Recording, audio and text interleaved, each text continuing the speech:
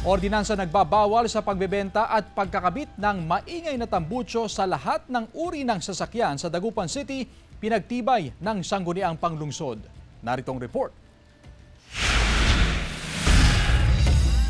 Pinagtibay ng Sangguniang Panlungsod ang ordinansang nagbabawal sa pagbebenta at pagkakabit ng maingay na tambutso sa lahat ng uri ng sasakyan sa Dagupan City.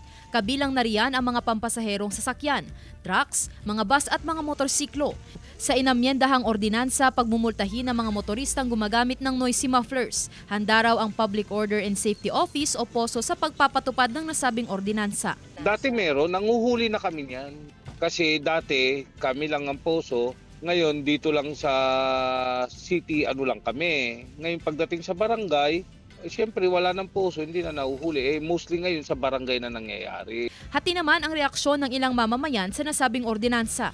Pagka kung malapit ka sa kalsada, maingay. Na-isturbo kasi yung mga natutulog kung sakali. Lalo na kung madaling araw, ganun. May mga bata bigla-biglang tumatawid dahil hindi na narinig na may motor. Mas maganda na rin yung medyo maingay. Hindi naman totally maingay. Para pag makikita maririnig ng mga bata na may paparating ng motor. Apektado rin ng ordinansa ang mga nagbebenta ng noisy mufflers. Naapektuhan din po kami, ma'am, kasi syempre may mga benta pa po kami ditong mga loud pipe, ganun po. Pero at the same time, ma'am, tulong na rin po siguro namin to sa lungsod natin na sumunod tayo sa kung ano man yung pinatupad nilang batas po. Marami raw nakumpiskang illegal pipes ang POSO mula taong 2022 hanggang 2023. Mga kabataan daw na gumagamit ng motorsiklo ang kadalasang nagpapamodify ng tambutso ng kanilang mga sasakyan o motorsiklo. Tiniyak naman ng otoridad ang maigting na pagbabantay sa mga pasaway na motorista.